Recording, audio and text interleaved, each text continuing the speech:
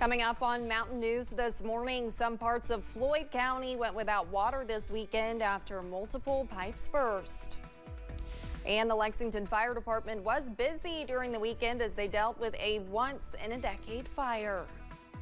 Dedicated to Eastern and Southern Kentucky, this is WYMT Mountain News this morning. Good morning, I'm Olivia Calfee. The time is 6 a.m. on Monday, January 22nd.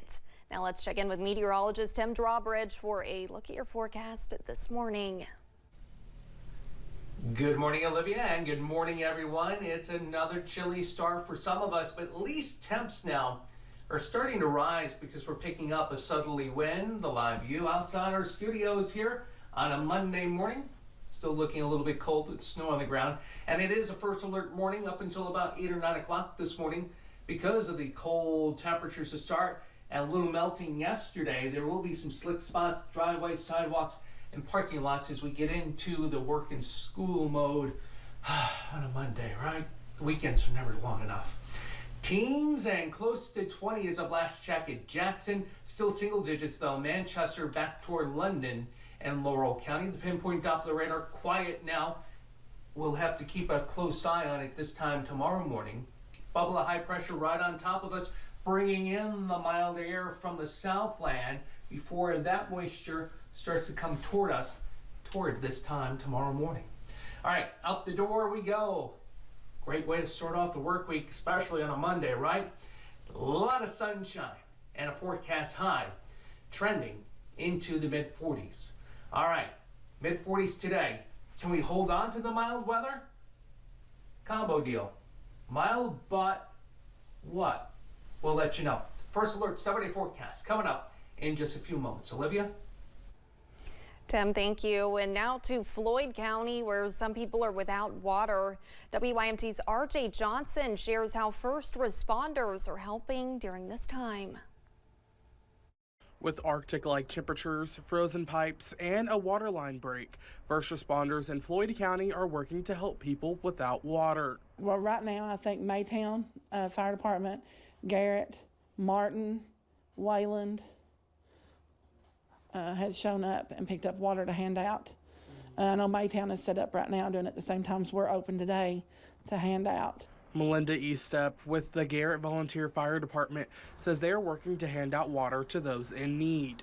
Right now we have 2 pallets of water, 2 full pallets. We've loaded off onto a trailer when we brought it in last night because it was so heavy and didn't want it to, fall over or whatever.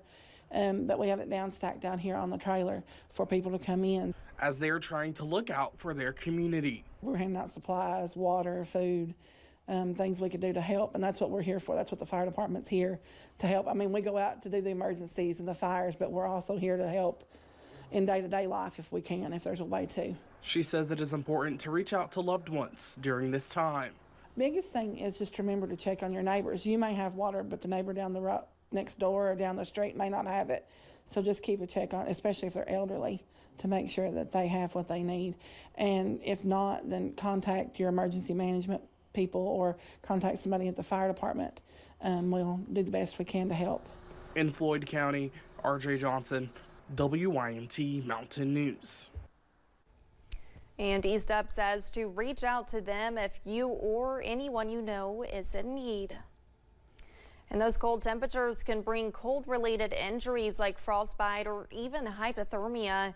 So before you head outside to shovel some snow or before you send your kids outside to play, there are some safety tips to keep in mind. Dr. Fox, a physician in Lexington, says as for frostbite, it's most commonly seen on your hands, feet, nose, and ears. Frostbite is more of a tissue injury. Your body's made up of a lot of water, so some of the water starts to freeze in your body. Hypothermia is the whole body is affected. The body's core temperature drops. I mean, you think you have to be out a long time to get frostbite. In this kind of weather we're having now, it could be 10, 15 minutes and you can have tissue damage depending on your exposure. He adds the signs for frostbite and hypothermia aren't always clear. And Lexington fire crews spent most of Saturday at 84 Lumber fighting what they call a once-in-a-decade fire. As Samantha Valentino shows us, the cold weather created many unique challenges for them. This is a rarity. Reports of a fire at 84 Lumber in Lexington came in at 2 o'clock Saturday morning. Due to the number of combustible materials and the rate at which they were burning, fire crews upgraded the severity of their fire response twice. The fire vented itself shortly after, and with the wind we had at the time, it pushed it through most of the building. Fire crews say these bitterly cold temperatures create a whole new set of challenges when it comes to putting out fires like this one. When they got here, it was -1 with a -11 wind chill. So obviously, we're fighting fire with water. That's going to freeze to the ground. That's going to freeze trucks to the ground. We've got trucks that are frozen to the ground now. The water meant to put out the fire has created a thick sheet of ice surrounding the scene, causing firefighters to slip and fall, and even freezing trucks to the ground. You're going to have lines, trucks that actually freeze to the ground. Once they froze to the ground, we have to bring out heaters, we have to bring out salamanders, just so that we can get that truck unfrozen. District Chief Derek Roberts calls this a once-in-a-decade fire. This is a rarity, but it's one of those things that does happen, and it's one of those things that people are going to talk about for years, you know, because it's a difficult fire to fight.